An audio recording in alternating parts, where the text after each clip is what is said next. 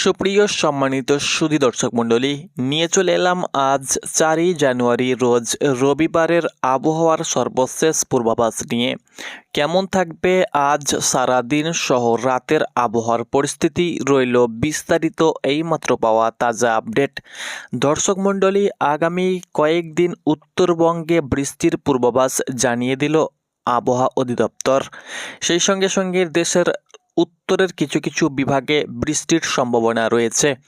কোন কোন জেলায় বৃষ্টিপাতের সম্ভাবনা রয়েছে, কোন কোন জেলায় ভারী বৃষ্টির সম্ভাবনা রয়েছে, শীতের আবহাওয়া কি থাকবে, শৈত্যপ্রবাহ হবে কি হবে না, তাপমাত্রা কতটা পরিবর্তন হতে পারে, সব কিছু মিলিয়ে রইল আপডেট।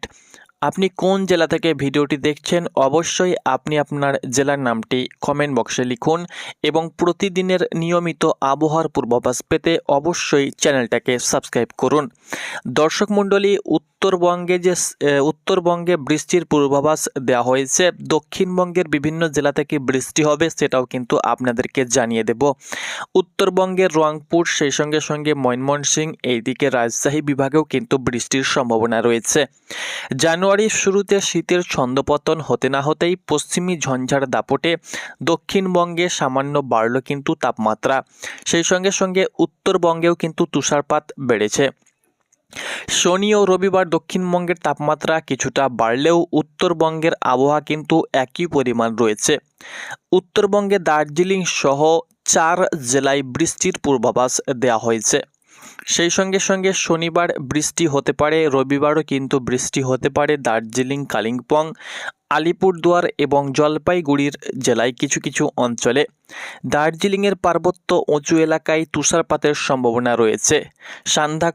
সান্দাকুফু, ঘুম, ধোত্রে, মনোভঞ্জন এবং চটকপুরের মতো উঁচু পার্বত্য এলাকায় তুষারপাতের সম্ভাবনা রয়েছে।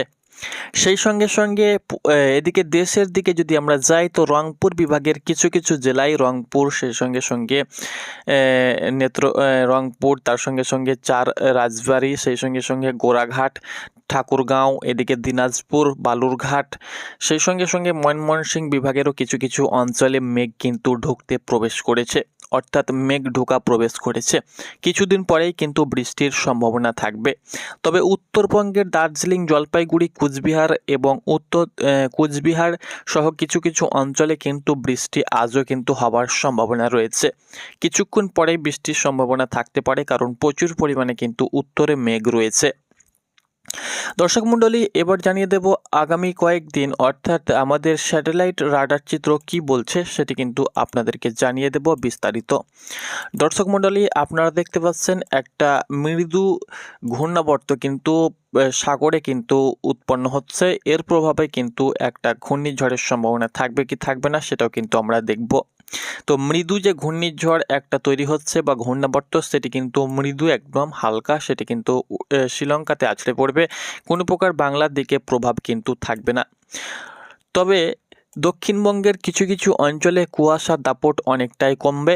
সেই সঙ্গে সঙ্গে ঢাকা, রাজশাহী, খুলনা, বরিশাল, চট্টগ্রাম, সিলেট, ময়মনসিংহেও কিন্তু অনেকটা শীতের প্রকোপ কমবে। ঢাকাতে আজ 2 থেকে 1 ডিগ্রি তাপমাত্রা বাড়ার সম্ভাবনা থাকবে। সেই সঙ্গে সঙ্গে কলকাতাতে আগামী কয়েকদিনও কিন্তু তাপমাত্রা বাড়ার সম্ভাবনা অনেকটাই রয়েছে। এদিকে দেশের উত্তরের কিছু কিছু জায়গাতে কিন্তু কুয়াশা দাপট থাকলেও দক্ষিণে কিন্তু কুয়াশা কেটে যাচ্ছে এবং সকাল সকাল কুয়াশা দাপট থাকলে মোটামুটি 9টা থেকে 10টার মধ্যে কিন্তু দেশ থেকে কুয়াশা পুরোপুরিভাবে উড়ে যাচ্ছে, অর্থাৎ কুয়াশা বিলুপ্ত হয়ে যাচ্ছে। শীত যে হারে শৈত্যপ্রবাহ চলছিল সেটা কিন্তু অনেকটাই পরিবর্তন হয়েছে।